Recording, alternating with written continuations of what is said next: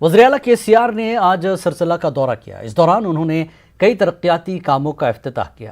केसीआर के हाथों double bedroom मकानात का इफ्तिताह हुआ। इसके अलावा institute of driving training research centre का इफ्तिताह किया। केसीआर ने सरसला में नर्सिंग कॉलेज का भी इफ्तिताह किया। केसीआर ने सरसला में मुकम्मल कलेक्ट्रेट दफ्तर का इफ्तिताह किया। इस मौके पर रियासती वज़रा, MLAs व दीगर भी मौजूद थे।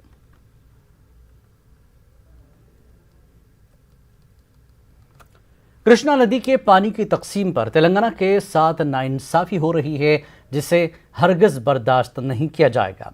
वज़ीर-ए-आला केसीआर ने यह बात कही। उन्होंने कहा कि फिलवक्त कृष्णा नदी का पानी तेलंगाना को 33% जबकि आंध्रा को 66% फराहम किया जा रहा है।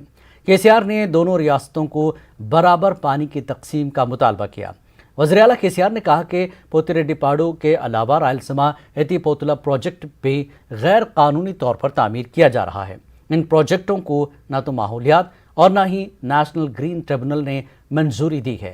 केसीआर ने कृष्णा रिवर मैनेजमेंट बोर्ड से इजलास 9 जुलाई के बजाय 20 जुलाई को मुनक्किद करने का मुतालबा किया। हैदराबाद के इलाके शाह इनायतगंज कुरैशी बिल्डिंग में जमीयतुल कुरैश की जनरल बॉडी मीटिंग मुनक्किद हुई। इस दौरान तमाम अरकान ने वक्फ बोर्ड चेयरमैन मोहम्मद सलीम की तायीद करते हुए मियाद के ख़त्म होने तक सदर बरकरार रहने की करारदाद मंजूर की।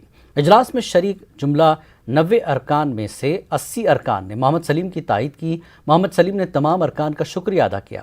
उन्होंने कहा कि जमीयतुल कुरैश की फलाह बहबूद के लिए कोई कसर नहीं छोड़ेंगे। इस दौरान उन्होंने कहा कि जमीयतुल कुरैश की जानिब से बेवाओं और गरीबों को दिए जाने वाले वज़ाइफ का सिलसिला जारी रहेगा। जमात जो है करीब 1 लाख से ज़्यादा लोग हैं जमात में, और इम्पोर्टेंट मेंबर हर जगह से, सिकंदराबाद, हैदराबाद, सब जगह से मिला के 100 मेंबर बॉडी के 106 मेंबर थे, जिसमें 9 मेंबर का इंतकाल हुआ। 97 मेंबर है। 97 मेंबर में आज 80 मेंबर के ऊपर पूरे इत्तेमाद का वोट दिए। नो कॉन्फिडेंस मोशन मूव करे यहाँ पर। उसमें जो है ना पूरे लोग हाथ उठा के मैं बोला आज बोलो मैं यहाँ से चले जाता हूँ, बोला मैं आज जिसको खड़ा करना है खड़ो, बोला मैं, मगर नहीं जा सकते आप रहना है बोल के सबका इत्तेफाकी राय से, सबके प्रेशर पे मैं बोला ठीक है कंटिन्यू करेंगे, क्योंकि अभी 2.5 साल की म्याद है। क्योंकि इलेक्शन जब हुआ तो ऐसे हम आके नहीं बैठे, बाज़ाब्ता इलेक्शन कराए, उसमें 4 ऑफिसर थे, इलेक्शन कमिश्नर वगैरह सबको बिठा के जो ना इलेक्शन हुआ। कोई ऐसी घर में बैठ के आगे बैठ गए प्रेशर में आके हम नहीं, पूरे जमात के लोग जो ना इत्तेफाकी राय से यूनानिमस इलेक्ट करे मेरे को, तो भाई उसलिए कबूल करके जो ना हम काम कर रहे हैं। ये नहीं कि भाई हमेशा हम ही बोल के नहीं, सबको मौका देना है। मेरे को भी मालूम है, सब जन एक प्लेटफॉर्म पे आके काम करिए, हम आपके साथ है, गवर्नमेंट भी साथ है आपके, केसीआर साहब भी है। केसीआर साहब के दौर में जो है ना माइनॉरिटी के कई स्कीम्स है, वो स्कीम लेना छोड़ के अपन खाली तू मैं नको भाई, सब एक प्लेटफॉर्म पे आइए, काम करिए। गवर्नमेंट के भी जो मनाए थे वो पूरे हासिल करें। ऑल इंडिया सूफी उम्मत काउंसिल की जानिब से एक प्रेस कॉन्फ्रेंस मुनक्किद की गई। दौरान काउंसिल के ज़िम्मेदारों ने कुर्बानी से मुतल्लिक़ अवाम को वाकिफ़ करवाया। उन्होंने कहा कि ईद की नमाज की अदायगी के बाद कुर्बानी का अहतमाम करें। कुछ मकामात पर मालूमात की कमी की वजह से ईद की रात से ही कुर्बानी का अमल शुरू हो रहा है, जो सरासर गलत है। देखा गया है कि हैदराबाद में ईद के दिन जल्द से जल्द गोश्त पहुंचाने की आमतौर पे कहा जाता है। कहीं ऐसा ना हो कि इस वजह से रात से कुर्बानी हो रही है। ये भी हमारे मिल्लत इस्लामिया को इस सिलसिले में भी गौर करना होगा कि कहीं उनकी उजलत की वजह से मजबूर होकर लोग रातों में कुर्बानी करके तो नहीं दे रहे हैं, पहली बात। और दूसरी बात, कम कीमत देखेंगे आप, कम से कम कीमत देखेंगे तो फिर आपकी सही कुर्बानी नहीं होगी। उस चीज़ को भी आप मलहूज़ रखिए। इन तमाम चीज़ों को मलहूज़ रखते हुए बाएतमाद लोग, उलमा हजरात और दयानतदार हजरात, उन हजरात से रुजू होकर अपनी कुर्बानी करवाएं, ताकि आप अपने शरई फरीज़े से सबकदोश हो सके। तेलंगाना में कोरोना वायरस की वबा दिन ब दिन थमती हुई नजर आ रही है। पिछले 24 घंटों के दौरान रियासत भर में 1,08,000 अफराद का कोरोना टेस्ट किया गया, जिसमें से 848 अफराद कोरोना वायरस से मुतासर पाए गए। कल रियासत भर में कोरोना से 6 मरीजों की मौत हो चुकी है। ग्रेटर हैदराबाद में 98 नए केस दर्ज हुए हैं। रियासत भर में 12,000 से ज़्यादा एक्टिव केसेस हैं। दूसरे मर्द के साथ नाजायज ताल्लुकात पर शौहर ने अपनी बीवी का कत्ल कर दिया। यह वाक़या हैदराबाद के इलाके वनस्थलीपुरम में पेश आया।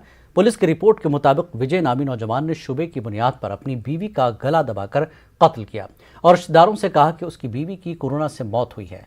लड़की के वालिदैन ने शौहर पर शुबा जाहिर करते हुए वनस्थलीपुरम पुलिस में शिकायत की, जिसके बाद लाश का पोस्टमार्टम किया गया, जिसके बाद हक़ायक़ मंजर आम पर आए, जिसके बाद शौहर ने जुर्म कबूल कर लिया।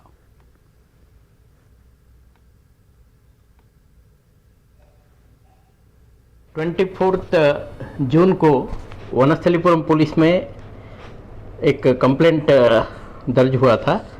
जून महीने के 18 तारीख को ये लड़की का जो हस्बैंड है वो ऑटो ड्राइवर, ऑटो रिक्शा चलाता, वो ये लड़की की डेड बॉडी लेके वनस्थलीपुरम से ऑटो रिक्शा में पेद्दारसिलपल्ली गांव पहुंच गया और ये लड़की जो है वो कोरोना के कारण मर गई बोल के उन्होंने पूरे रिश्तेदारों को बताया और जल्दी जल्दी उसका जो क्रिमेशन करना है वो लोगों ने कर दी।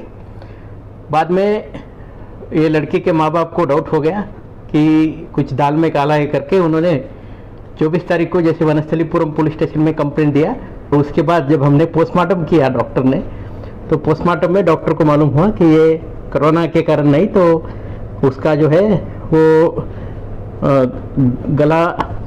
गले के ऊपर कुछ इंजरी है, गला दबाया गया या फिर कुछ पिलो वगैरह उसके नाक पे रख के उसको प्रेशराइज किया गया है, उसके कारण उसकी मौत हो गई और कोरोना का भी निगेटिव आया था।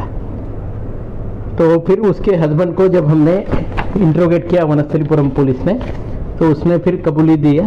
ये लड़की हमेशा फ़ोन पे बात करती है, इसलिए उसको उसके ऊपर डाउट था, इसलिए उसने वो जब सो रही थी 18 तारीख जून के सुबह 3 बजे उसने वो लड़की के मुंह पे गला अपना एक पिलो रख के वो पिलो दबा के उसका मर्डर कर लिया। तो ये जो एक्यूज है उसका नाम है रमावत विजय एलियस विजय कुमार नाइक। ये 25 साल का ये ऑटो ड्राइवर है। तो केवल उसके अपने बीवी के ऊपर डाउट है बोल के उसने उसका एक पिलो मुंह पे रख के दबा। हैदराबाद पुराने शहर के इलाके चंद्रायन गुट्टा आरामघर शाहराह पर भयानक सड़क हादसा पेश आया। 2 व्हीलर पर 3 नौजवान चंद्रायन गुट्टा के समत से आ रहे आरामघर की तरफ जा रहे थे। इस दौरान 2 व्हीलर चलाने वाले का तवाजुन बिगड़ गया और नीचे गिर गए, जिसके बाद करीब से जा रही सीमेंट की ट्रक ने उन्हें रौंद डाला। इस हादसे में तीनों नौजवानों की मौके पर मौत हो गई। पुलिस ने पंचनामे के बाद तीनों लाशों को पोस्टमार्टम की गर्ज से उस्मानिया अस्पताल मुंतकिल किया। पुलिस की रिपोर्ट के मुताबिक तीनों नौजवानों का ताल्लुक रियासत महाराष्ट्र के जिला नांदेड़ से है, जिनकी शनाख्त लेबर की हैसियत से की गई है। कोरोना वबा के दौरान बाहमी इमदाद और इन्हिसार का जज्बा मुस्तहकम हुआ है। मुल्क इस वबा से मुत्तहिद होकर मुकाबला कर रहा है। टीकाकारी के ऐलान के बाद हम बेहतर ताउन करें, जिससे हम कोरोना को मात देने की जानिब कदम बढ़ा सकें।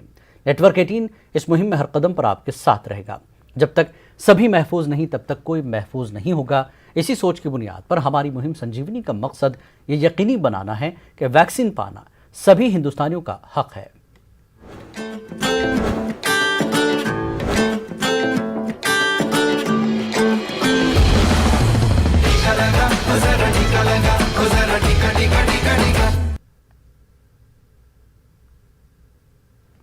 नेटवर्क 18 फेडरल बैंक संजीवनी गाड़ियां पूरे मुल्क में कोरोना वायरस से मुतासर अजला में गश्त कर रही हैं।